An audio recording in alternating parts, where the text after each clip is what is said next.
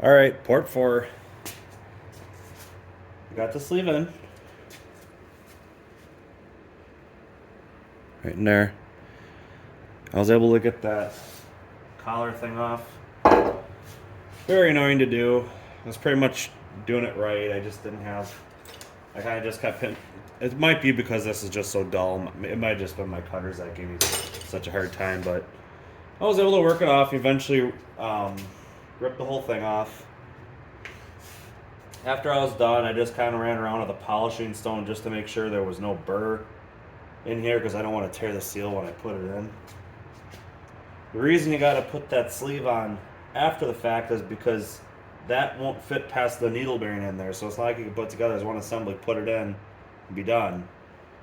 You got to put this on once it's in the bevel gearbox. So here's my seal. You always want to make sure you got a lot of oil on the seal.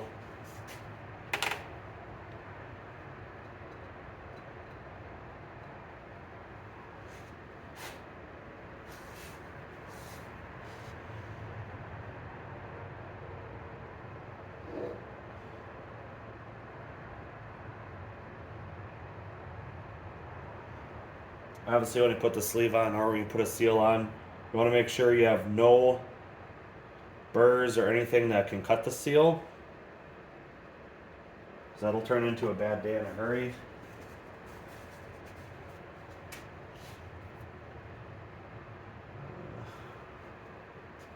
I'm gonna go with that back. There it is.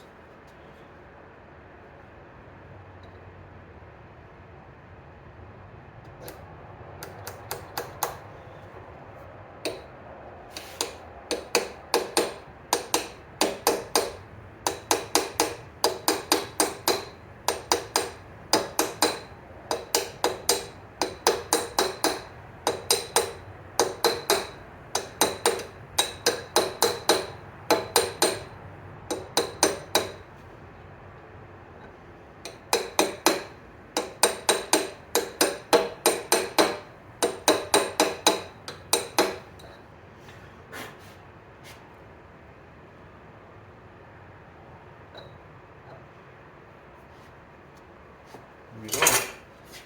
All right, and the seal's in.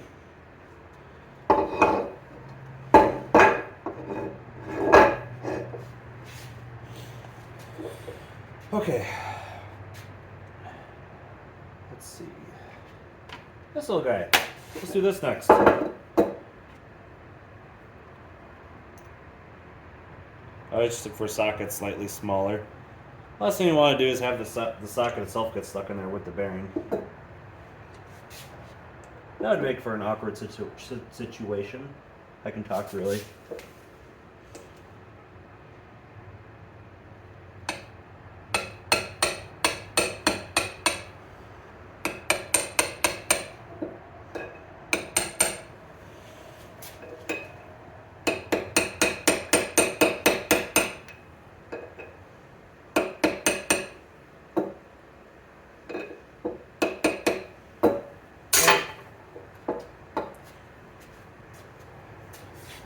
There's no lip on the inside here, so you could pound it right on through. So you put it in, just past this lip here, just past the seal. That's all you got to do, nothing fancy. This seal, I always like putting seals on after the fact, because when you go to put the shaft in, they're just easier to tear. I'd rather have everything assembled and then pop the seals in, so I'm going to hold off on this guy for now.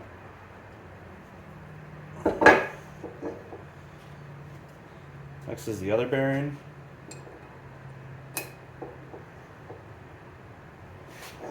Oh, I also have to note here. I found the original bolt here, and I had to put it back in because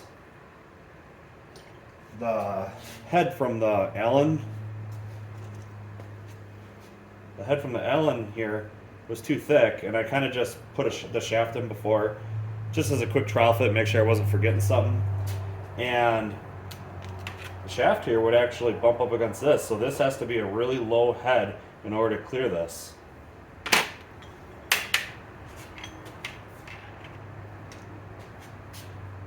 That guy in, that guy in.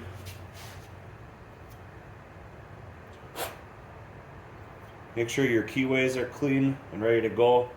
Because you don't want to go to try to put the key in, have dirt underneath there, and then not seat all the way. Then you can't get the gear on. So make sure there's no drama. Okay, everything's lined up good.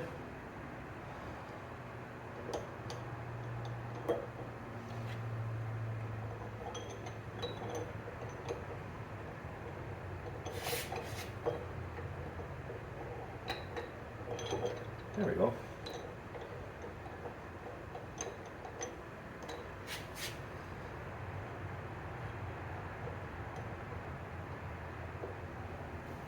Okay, now that I have the shaft in, now I can put the key in. Don't put the key in ahead of time. You will not get it past that bearing.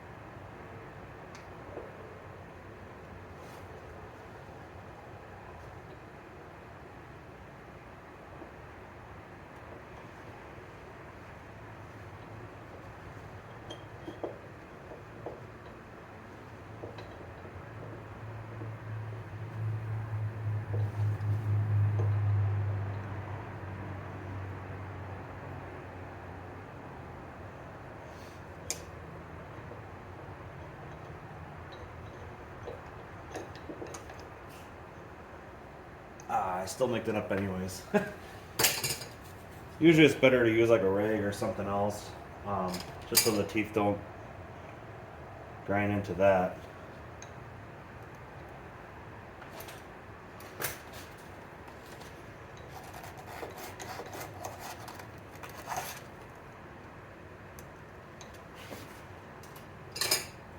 Oh, there it is. There.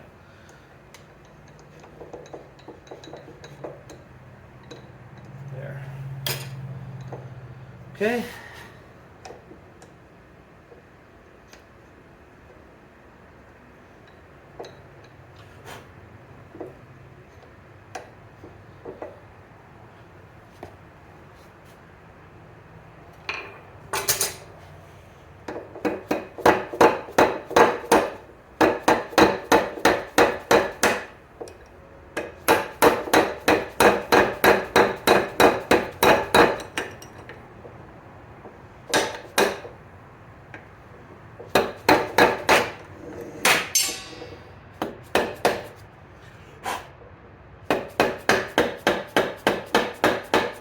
There.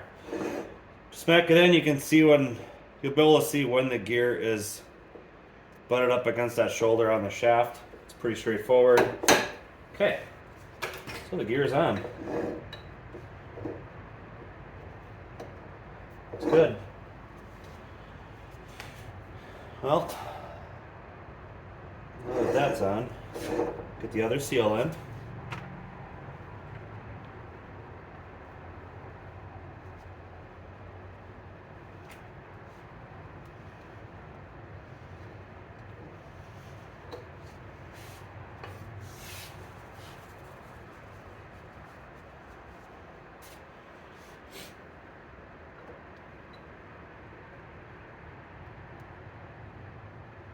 See, that's what I like about this, is you're able to kind of walk the seal on so it doesn't tear or do anything goofy. If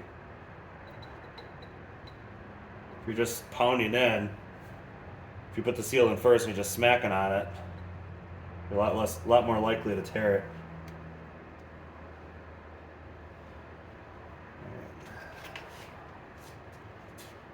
Well,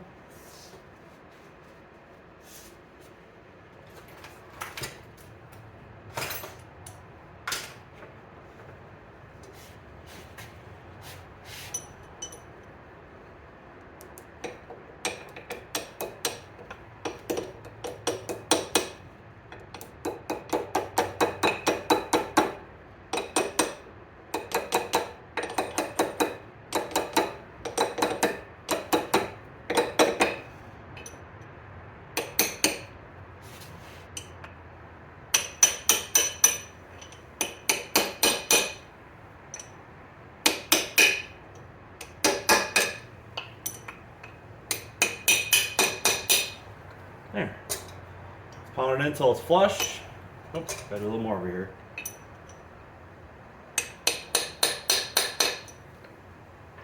There, perfect. So, seal's in, it's flush.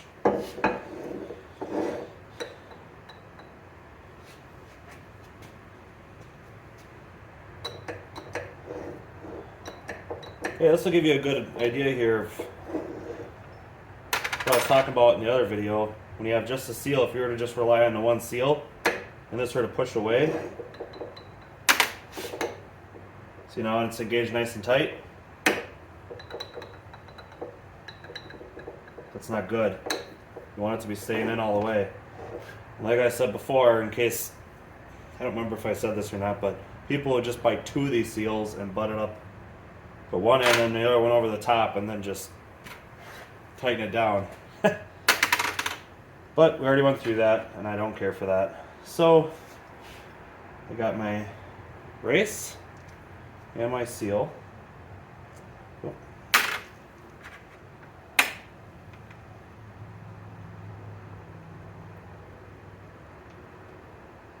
This is what the seal rides on, is this guy here.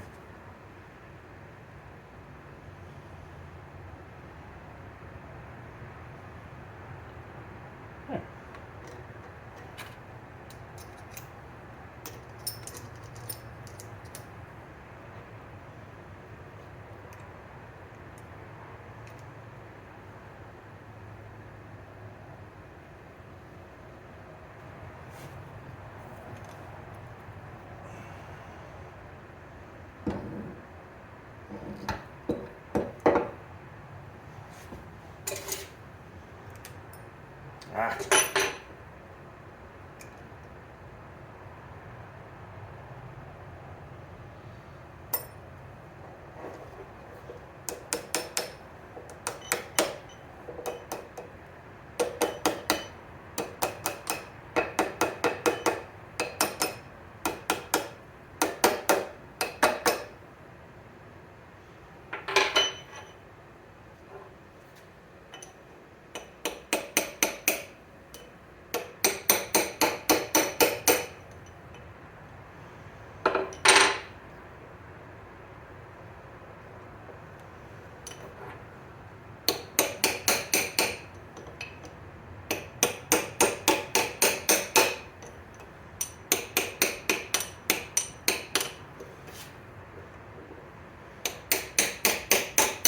Now, unlike the other ones, this one you do want to go all the way down because remember, this seal is just acting like a shim now.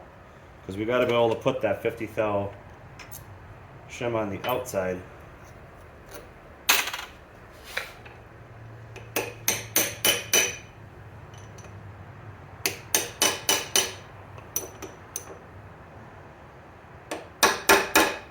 There we go.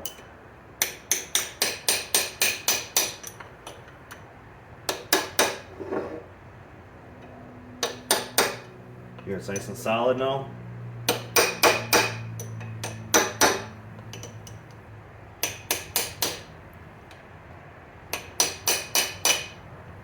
Alright. Sounds good. So that's all the way down. So now the race is sitting against the outer race of the inner wheel bearing. And the seal is just going to get sandwiched between that race and this shim.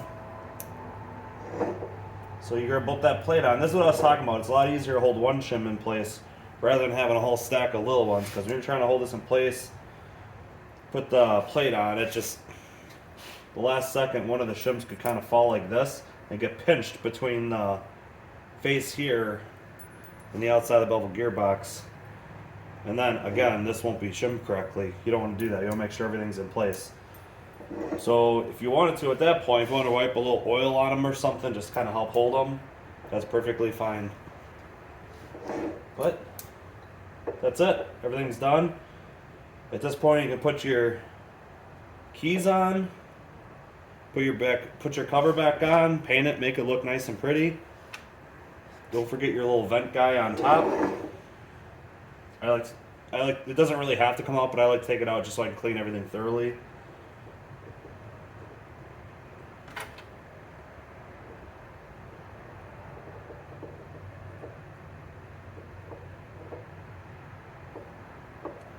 This thing was pretty gummed up. I mean, it was dirt and whatever in there. It just collects. I mean, all this is just like, it's just got a hole through it just to allow it to breathe for when it gets warm, so you don't have leaks from pressure. Just make sure that hole is clear and clean it up, and you're good to go. It's all done. Like I said, once you put that plate on, you're gonna put that outer pulley on, and then and when that gets tightened down, that's what keeps this in place, so that it won't try to move around on you when it's in the tractor. Pretty simple. Well, thanks for tuning in, guys. Hope this helps.